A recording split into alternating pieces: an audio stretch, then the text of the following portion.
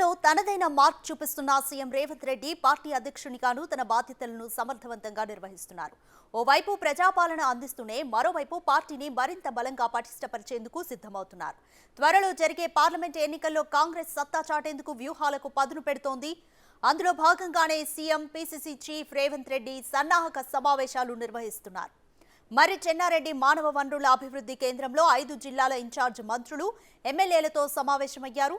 సోమవారం జిల్లాల వారీగా ఆదిలాబాద్, నిజామాబాద్, మెదక్, మహబూబ్ నగర్, హైదరాబాద్ నేతలతో సమావేశమయ్యారు. నాది అంటే రాష్ట్రం మొత్తంలో 17 సీట్లలో 12 ఖచ్చితంగా గెలవాలి, 14కు రీచ్ కావాలి. ఇది సోనియా గాంధీ, రాహుల్ గాంధీ, ఖార్గే గారి యొక్క డైరెక్షన్ని మనం అందరము మా జిల్లాకు వచ్చేసరికి మా ఉమ్మడి జిల్లాలో మాకు 2 పార్లమెంట్ ఉంటాయి. అంటే పార్ట్ ఆఫ్ అటు నిజామాబాద్ కలుపుకొని ఇప్పుడు మెదక్ ఇటు సంగారెడ్డి నుంచి మొదలుకుంటే సిద్దిపేట వరకు ఒక పార్లమెంటు, అటు జైరాబాద్ నుంచి మొదలుకుంటే బాన్సువాడ కామారెడ్డి వరకు ఒక పార్లమెంటు. కాబట్టి ఈ 2 పార్లమెంట్లు కూడా ఎట్టి పరిస్థితుల్లో మనం గెలిపించుకోవాలి అనే దాంట్లో మరి ఈ రివ్యూలో మా దామోదర్ రాజనరసింహ గారు మినిస్టర్ గారు, అట్లాగే సీఎం సమక్షంలో ఇన్ఛార్జ్ మినిస్టర్ కొండా సురేఖ గారు, అట్లాగే జూపాలి కృష్ణారావు గారు కూడా ఈ సమావేశంలో కొంత ఈ డైరెక్షన్లో ఈ 2 పార్లమెంట్లు లేదు, అభ్యర్థులకు సంబంధించిన చర్చ ఇక్కడ ఉండదు. ఎందుకంటే ఆల్రెడీ మినిస్టర్స్ ఇప్పుడు మా పార్లమెంట్కి వచ్చేసరికి దామోదర్ రాజనరసింహ గారు పార్లమెంట్ ఇన్ఛార్జ్ కాబట్టి మళ్ళీ తర్వాత మా కాంగ్రెస్ పార్టీకి సంబంధించిన ఇన్ఛార్జు సురేఖ గారు ఒక పార్లమెంట్ ఇన్ఛార్జు ఎంపీ ఎన్నికల కోసము మాకు దామోదర్ గారు కాబట్టి దామోదర్ గారు, సీఎం రేవంత్ రెడ్డి గారు, అట్లాగే మా ఏఐసీ సెక్రటరీస్ ఆ జిల్లాకు సంబంధించిన విష్ణు కానివ్వండి, లేకపోతే ఇన్ఛార్జు మా ఇన్ఛార్జ్ గారు కానివ్వండి, కాబట్టి కాంగ్రెస్ పార్టీ ఇన్ఛార్జు వీళ్ళందరూ సమన్వయంతో బహుశా మా యొక్క మెదక్ పార్లమెంటు అభ్యర్థి, అట్లాగే ఎవరైతే 7 నియోజకవర్గాలు మెదక్ పార్లమెంట్లో దాదాపు 7 మంది మా పార్టీకి సంబంధించిన గెలిచిన వాళ్ళు మా లెక్కల సీఎం గారు అన్న మా లెక్కల పార్టీ అన్నది ఏంటంటే మా లెక్కలు ఏంటంటే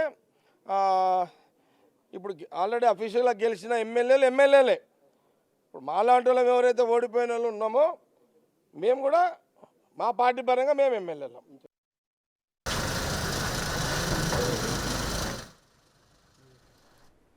ఈ నెల 26 తర్వాత సీఎం రేవంత్ రెడ్డి జిల్లాల పర్యటనకు శ్రీకారం చుట్టనున్నారు.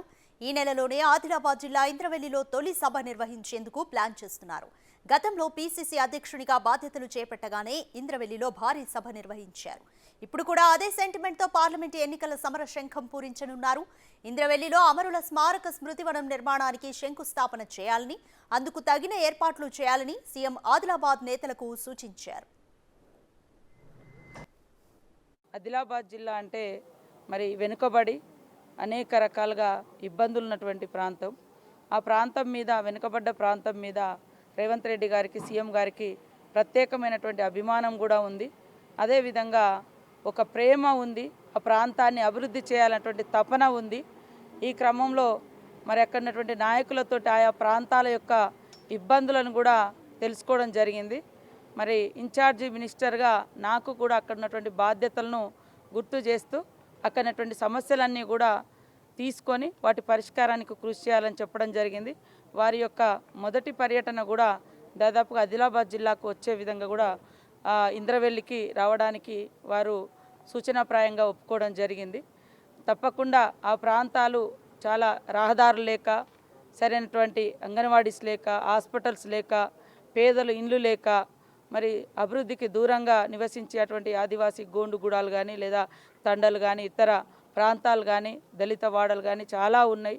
అలాంటి ప్రాంతాలను మిగతా ప్రాంతాలతో సమానంగా అభివృద్ధి చేయాలన్నటువంటి సంకల్పంతో వారు ప్రత్యేకంగా ఈరోజు మరి అందరితో ఆయా నియోజకవర్గాల సమస్యలను కూడా తెలుసుకొని ఎక్కువ టైం ఇచ్చి చర్చించడం జరిగింది. 26 జనవరి తర్వాత ఏదైతే దావోస్కి వెళ్ళొస్తారో వచ్చిన తర్వాత గతంలో రాజశేఖర రెడ్డి గారు ఎట్లయితే 2 గంటల సమయం పార్టీ ప్రజల కోసం పార్టీ కోసం కేటాయించడం జరిగిందో ముఖ్య నాయకుల కోసం, ఆ విధంగా 4 to 6 ఏదో టైం చెప్తాను. ఆ టైంలలో వచ్చి మీ సమస్యలు ఏమైనా ఉంటే